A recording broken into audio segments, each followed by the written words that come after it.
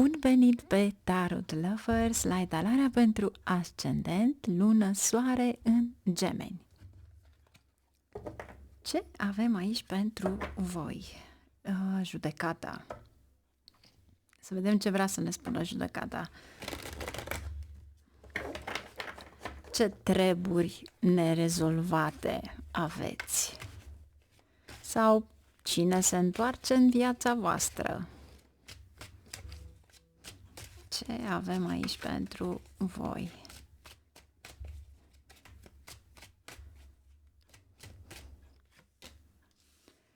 Avem un 6 de bâte, avem un 8 de cupe, avem nebunul, magicianul, 7 de bâte și cavalerul de bâte. Multe bâte, deci ceva aveți la locul de muncă. Cu siguranță este succes, recunoaștere, dar 7-le ăsta de bâte, să știți că poate și o discuție la locul de muncă cu colegii. Și 9 de monede. Wow! Deci, 9 de monede cu siguranță este rezultatul muncii voastre. Este aprecierea pe care o aveți și cartea voastră, bineînțeles, iar aici aveți regele, foarte frumoasă etalarea, 3 de bâte, poate unii dintre voi doriți să mergeți într-o călătorie, am să vă arăt imediat acum. Este cartea voastră, aici este ceva care vă revine, iar aici nebunul, planificarea pe care o faceți și imaginea nebunului acolo, este o călătorie pe care vrei să o faci. Poate că într-adevăr îți planifici o călătorie în sânul familiei sau poate chiar pe meleagurile natale. Nu este neapărat acum, dar cu siguranță va fi ceva, iar noul ăsta de monede poate fi chiar o moștenire. Să vedem ce avem aici.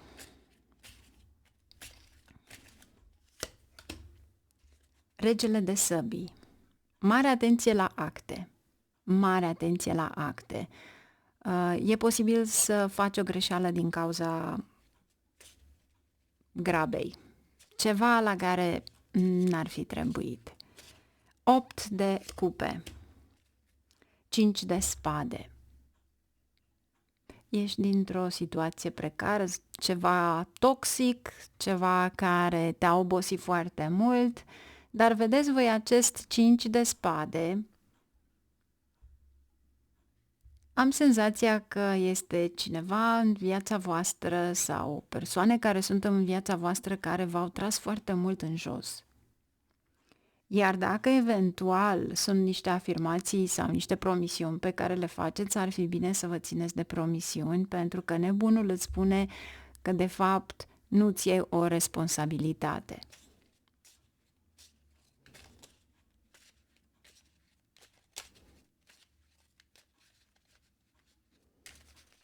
Ce vrea să ne spună cu nebunul? Regina de cupe. Poate unii dintre voi doriți chiar să mergeți într-o vacanță la mare, dar în același timp vă spune să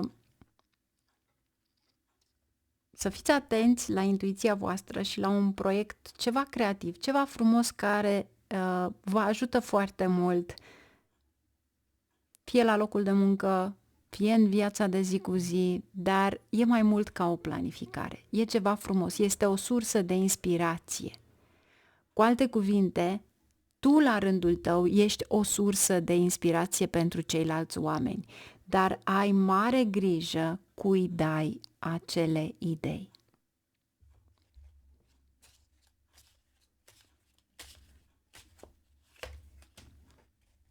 Spânzuratul. Ai senzația că nu poți face tot ceea ce îți dorești, dar de fapt puterea stă în tine. 7 de bâte. Regele de cupe. Ești iubit de toată lumea. Ceea ce nu ai tu, parcă încă mai cauți. Cavalerul de bâte. 7 de săbii. Nu vă comportați înșelător sau fraudulos pentru că veți pierde. Iar aici, dacă aveți de mers în drumuri scurte, ceva la care poate nu ați dat prea mare importanță, aici vi se cere să fiți responsabili de tot ce este. Adică nu renunța la responsabilități, îndatoriri, nu renunța sau nu te eschiva de la ceva pentru că vor veni responsabilități mai mari decât vă așteptați. Ce ar trebui să faci? Echilibru. Să pui totul în echilibru. Ce vrea să ne spună de fapt aici? Echilibru este carta Săgetătorului și este guvernat de Jupiter. Jupiter este cineva care se extinde, fie în afaceri, fie la locul de muncă. Deci voi sunteți o persoană care dați niște sfaturi celor cu care munciți, chiar dacă tu lucrezi acolo, nu ești șef, cum să se extindă. În momentul în care tu vezi că s-a făcut o greșeală sau este împotriva lor, te dai la o parte pentru că nu e treaba ta.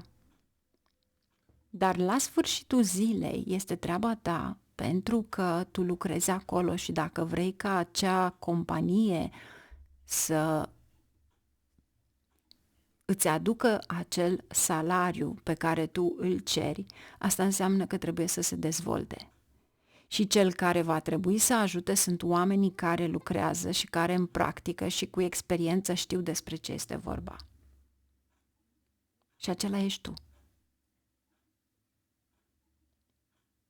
De aceea v-am spus, sunteți o sursă de inspirație. Cu siguranță munca ta va fi apreciată. Noul ăsta de monede de asta vine aici. Și regele și cartea voastră. Deci, e un fel de a vă spune, puteți să stați de vorbă cu superiorii voștri, puteți să spuneți acele lucruri pentru că eu zic că îi veți ajuta enorm, dar în același timp vă ajutați pe voi. Ce avem aici? Avem eremitul. Căutați o soluție. Dacă ei într-adevăr au o problemă, căutați o soluție. Pentru că voi, până la urmă, sunteți acest rege de monede. Ei au încredere mare în voi. Ce energie aveți?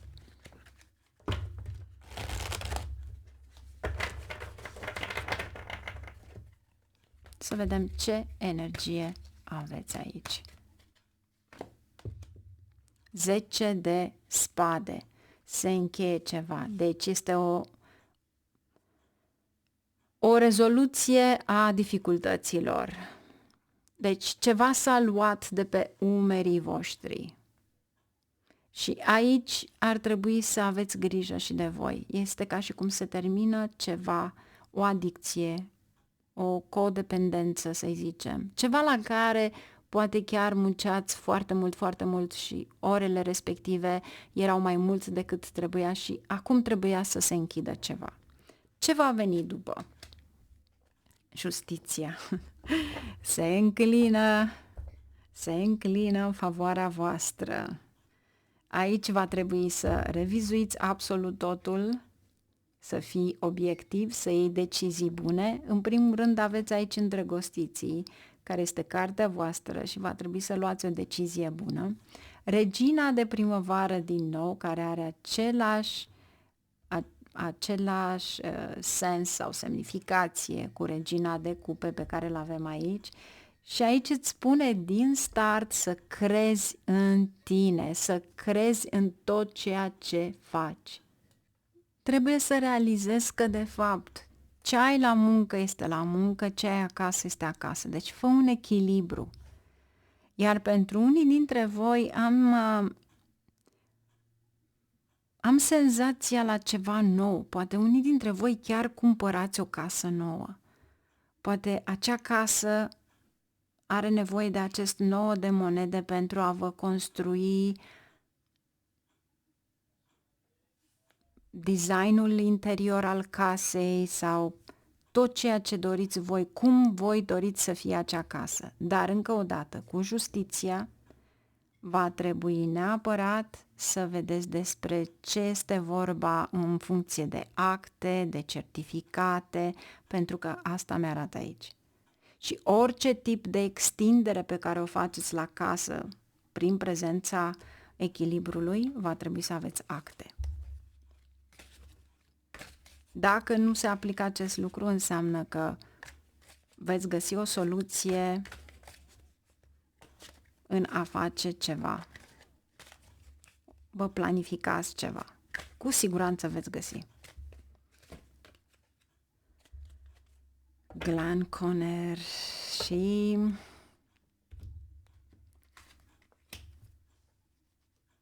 intuiția. Aveți încredere în intuiția voastră. Aici sunt controle. Aici sunt controle de la guvern.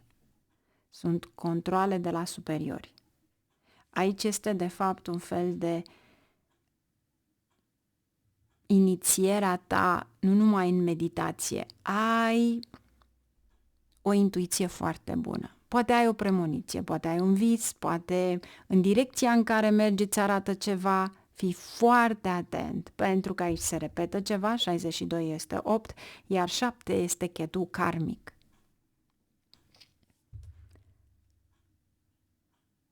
Și cred că ține într-adevăr de ceva mare, ca sumă mare de bani. Deci, în rest, cu siguranță vă merge bine, aveți o perioadă foarte bună financiară, mai ales cu noul acesta de monede. Și tot ceea ce vreau să vă spun este să aveți încredere în voi. Iar cu regina de cupe aici, regina de cupe și aici, care este de primăvară, poate unii dintre voi aveți un restaurant sau poate faceți mâncăruri, pentru că atunci când vorbim de cupe, vorbim de apă și apa este ca și lună mâncare. Semnifică mâncare. Deci poate faceți ceva sau poate faceți o petrecere și gătiți. Mergem mai departe la celălalt semn. Ascendent, lună, soare în balanță. Să vedem ce avem aici pentru voi. Ce avem pentru balanță?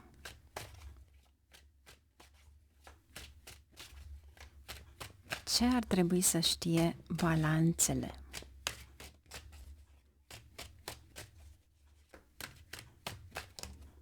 A picat o carte. Wow, 2 de cupe. Deci, poate aveți un weekend foarte frumos cu partenerul, partenera voastră,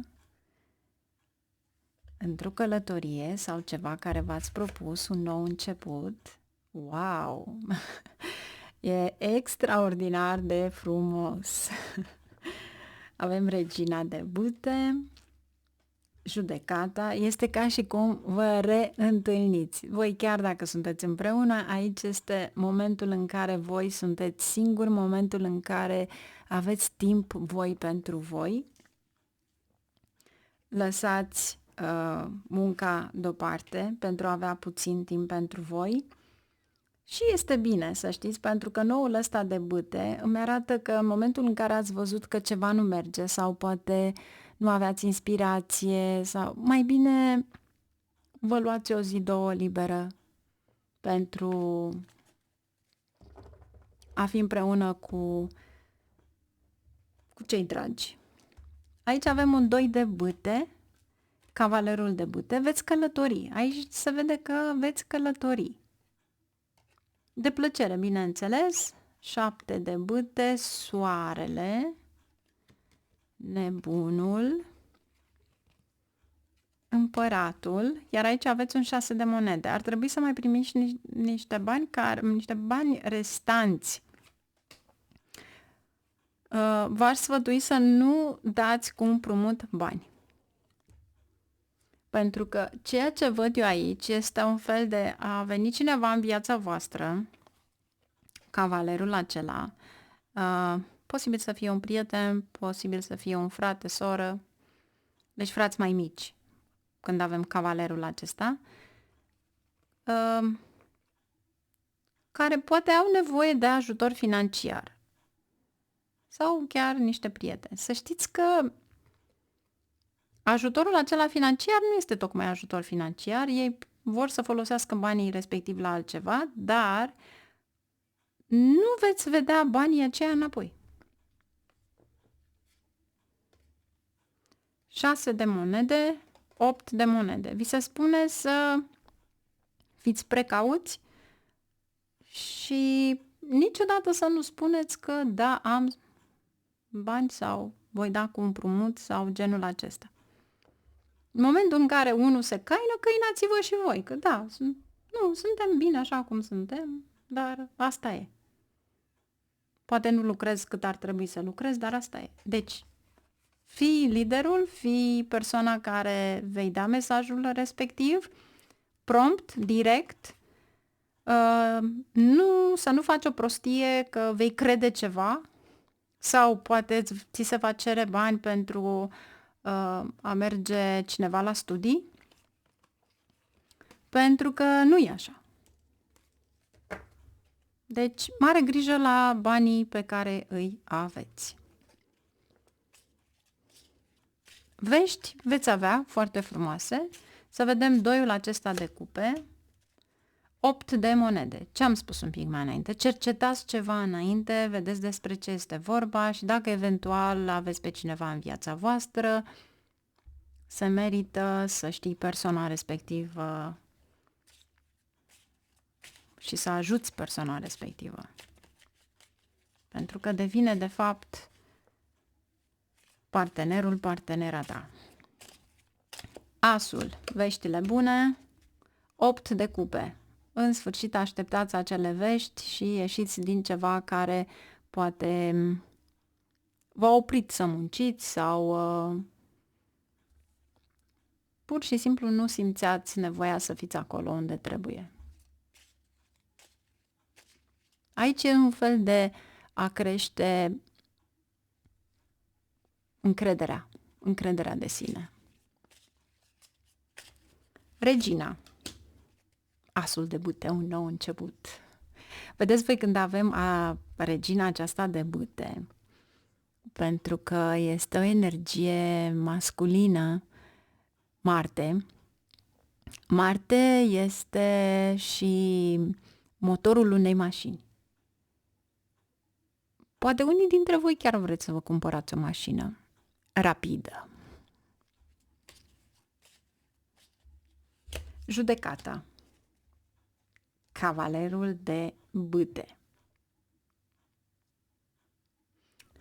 Vine cineva care, v-am spus, este prieten, frate, dar vine cineva care vă cere ajutorul.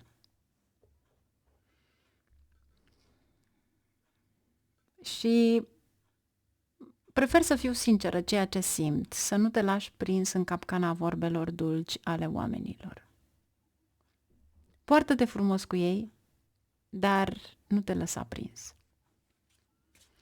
Iar dacă este vorba despre tine, ți-ar spune să nu te lași prins în dependențe, să te ferești de dependențe, de orice tip.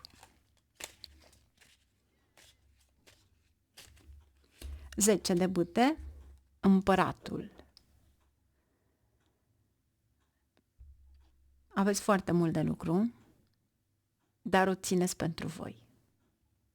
Dar cu siguranță veți face mari progrese în tot ceea ce vreți să faceți. Este ca și cum te liniștești, stai undeva să vezi ceva care îți place și în același timp îți dă idei.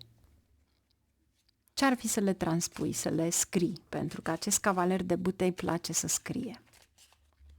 9 de bâte, 7 de spade. Uneori tranzacțiile financiare, mai ales online, nu sunt ceea ce crezi tu că sunt. Deci, mare atenție la un scam, un fals, ceva de genul acesta. Iar dacă eventual vreți să cumpărați ceva și vedeți că vă dă o eroare și voi aveți impresia că poate e stricată aplicația sau asta, e un semn de la Dumnezeu că nu trebuie să faci lucrul ăla, pentru că de fapt nu e ceea ce ar fi trebuit să fie sau ce arată să fie. 4 de monede și atunci îți spune stai pe loc, gândește-te încă o dată sau lasă acolo bănuții, pentru că poți să faci investiția respectivă altă dată.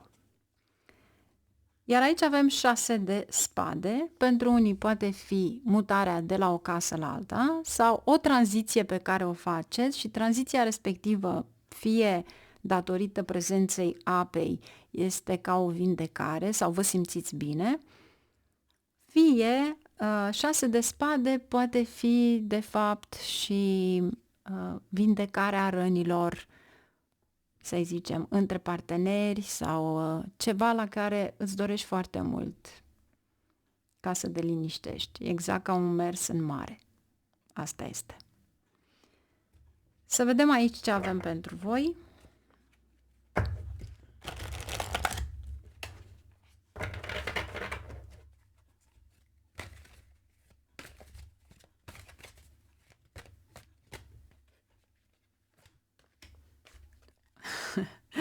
Dreamer. Ce spuneam un pic mai înainte, efectiv, felul în care vă uitați, vedeți aici împăratul și cum se uită către copii, cum se joacă. El își face planuri, da? Dar aici îmi spune în același moment că acesta este de fapt visul tău, să poți să faci ceva, să schimbi ceva, dar acel ceva îl schimbi mai întâi cu tine. De ce? Pentru că ai încredere în tine și tu ești liderul din tine.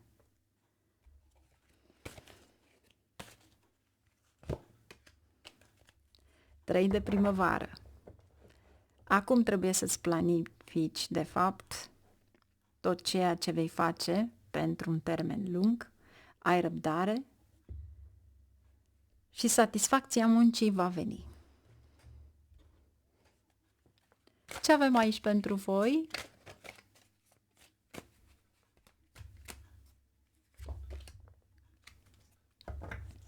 Luth has the wild. Acum este momentul să faci ce vrei să faci. Nu aștepta pentru că cineva îți va fura ideea. Dacă eventual ai vorbit cu cineva, dacă eventual nu ai terminat poate de rectificat ceva, pentru unii pot fi acte, pentru alții poate fi un împrumut, pentru alții poate fi ceva care nu ați terminat, e bine, acum vi se cere să terminați acel ceva. Aș spune, poate este neplăcut în același moment, dar ceea ce vedeți voi că de fapt este neplăcut, este de fapt plăcut. Este ca și cum ai avea în fața ta un om bătrân cu care vorbești, discuți și realizezi că înțelepciunea persoanei respective și că frumusețea sufletului lui este extraordinar de frumoasă, dar nu are de-a face cu înfățișarea lui. Deci nu contează cine este. Tu trebuie doar să descoperi că acel cineva ți-a dat un sfat bun, îți dă un sfat bun și trebuie să te folosești de el. Și cu siguranță trebuie să acționezi imediat. Deci dacă v-aș spune de aici 57, suma lui 57, 5 cu 7, veți calcula 12, deci în 3 zile voi trebuie să faceți ceva imediat. Deci până în 3 zile voi trebuie să terminați ceva. Mergem mai departe, numai bine, la revedere! Ascendent, lună, soare, săgetător. Să vedem ce avem aici pentru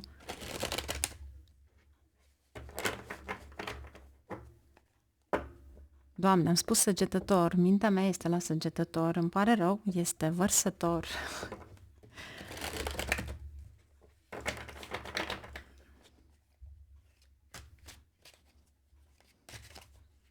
Deci poate unii dintre voi aveți un săgetător în viața voastră? Posibil. Nu-i nimic, va fi mesajul pentru ei. Deja a fost mesajul, dar poate că ar trebui să aibă grijă. Deci pentru vărsător, încă o dată. Și nu-mi doresc să am comentariile de genul ați omis, este vărsător, dar efectiv acum mi-am dat seama că am spus, pentru că chiar mă gândeam la o persoană din familie care este chiar săgetător. Săgetătorii sunt foarte puternici. Vărsătorii sunt extraordinar de puternici și au o răbdare de te dărâmă. Am doi, așa că știu despre ce vorbesc. Să vedem ce avem pentru vărsători. Wow! Unii dintre voi, posibil, să rezolvați niște probleme sau, mai bine zis, poate vi se dau, aș spune, vi se dă o poziție importantă la locul de muncă, pentru că asta face de obicei împăratul. 3 de bâte, 6 de cupe. Planificările pe care le faceți aici.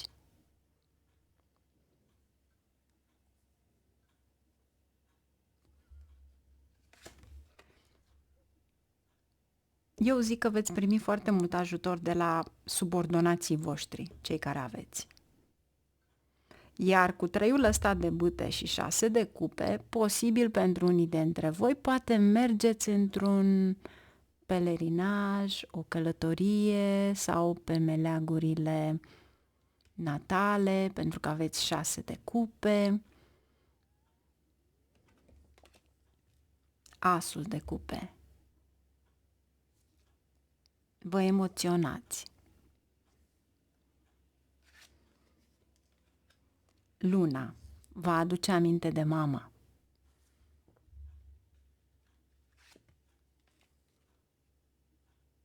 Asul de spade. Și nu vorbiți.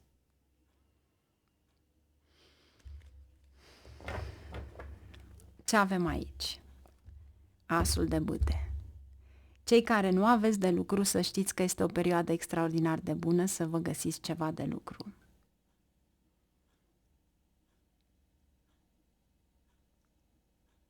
Aveți 3 ași.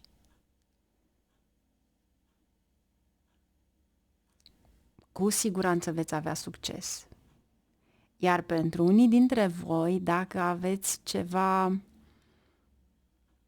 ce ține de electronică, nu de electronică, aș spune de internet, de programări pe computer, genul acesta de meserii, să știți că veți avea foarte mult de lucru.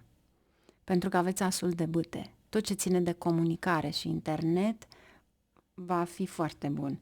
Asul de spade vă spune că încă nu ați comunicat încă, poate încă nu știți vestea sau poate încă nu vă așteptați, să zicem, dar să știți că va fi. Iar pentru unii dintre voi cu împăratul, posibil să aibă de-a face cu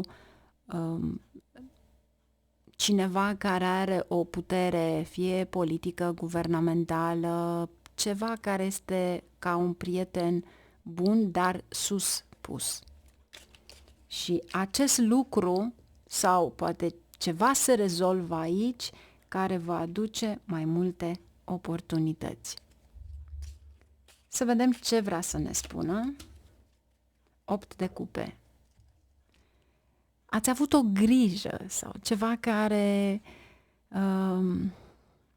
ați întâmpinat multe dificultăți și acum s-a rezolvat. 3 de bâte. Pelerinajul, regele de săbii. vă faceți planuri de viitor. Sunt planuri pe termen lung.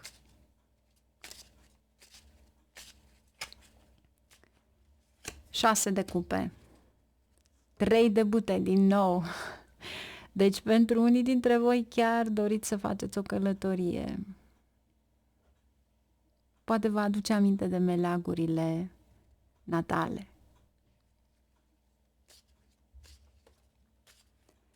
Asul de cupe. 4 de monede.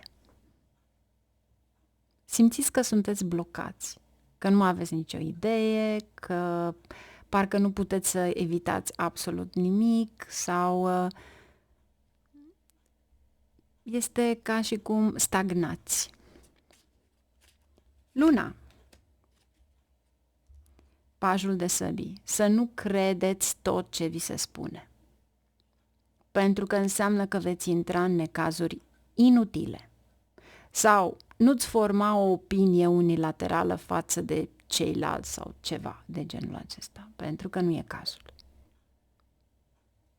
Și fii atent la acțiunile copiilor tăi. Pentru că ai de-a face cu un paj aici. Iar luna ține și de mâncare, de pofte culinare. E un fel de a include poate niște exerciții fizice în viața ta. Pentru a produce acea ardere. Asul de săbii. Carul. Cine vrea să-și cumpere mașină? Sau, dacă cineva își cumpără mașină din familie, posibil ca acel credit să fie pe numele tău.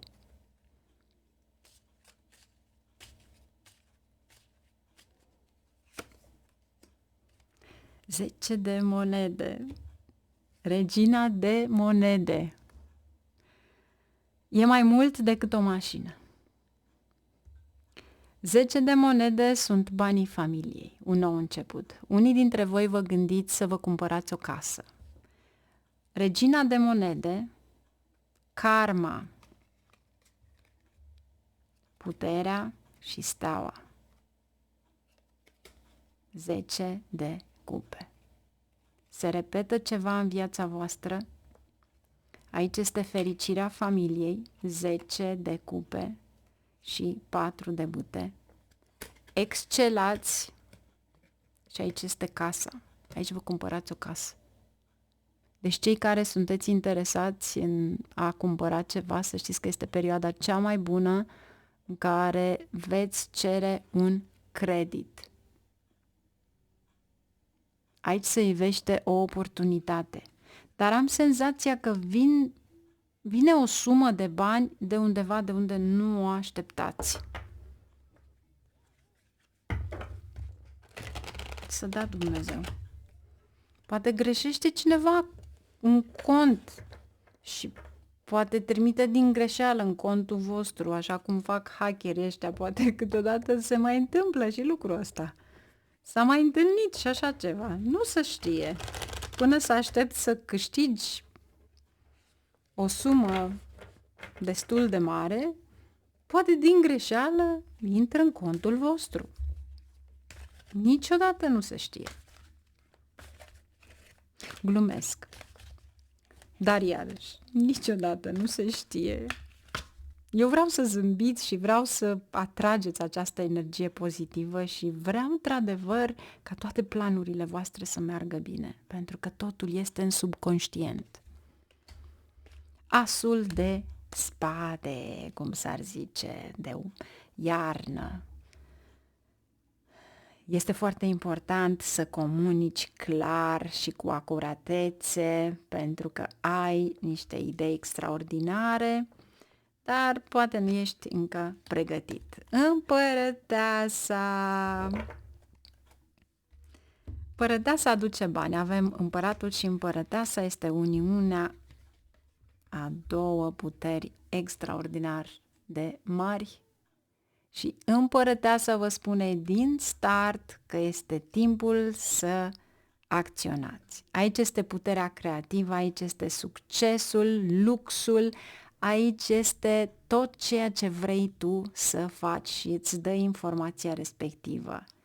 Iar tot aici îți spune că, de fapt, informația care vine, felul în care tu vei vorbi adevărul, dar în același timp cu bunătate, este acel ceva la care tu vei aduce în viața ta. În plus, împărăteasa are o mulțime de stele aici, vedeți voi? Poate unii dintre voi lucrați în industria filmului, teatrului, ceva de genul acesta. Vedeți voi, împărăteasa este Venus, este steaua. Deci, pentru că aici ești în centru atenției. În plus, ți se împlinește o dorință. Deci, cu siguranță, ți se împlinește o dorință.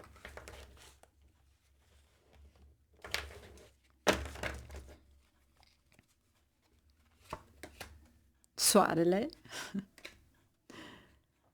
Hafut. Aici este chiar dorința voastră. Deci, visele pe care voi vi le-ați dorit, măcar unul din acele se împlinește, unul din ele. Este extraordinar de frumoasă etalarea voastră și Nelsie, The Alchemist.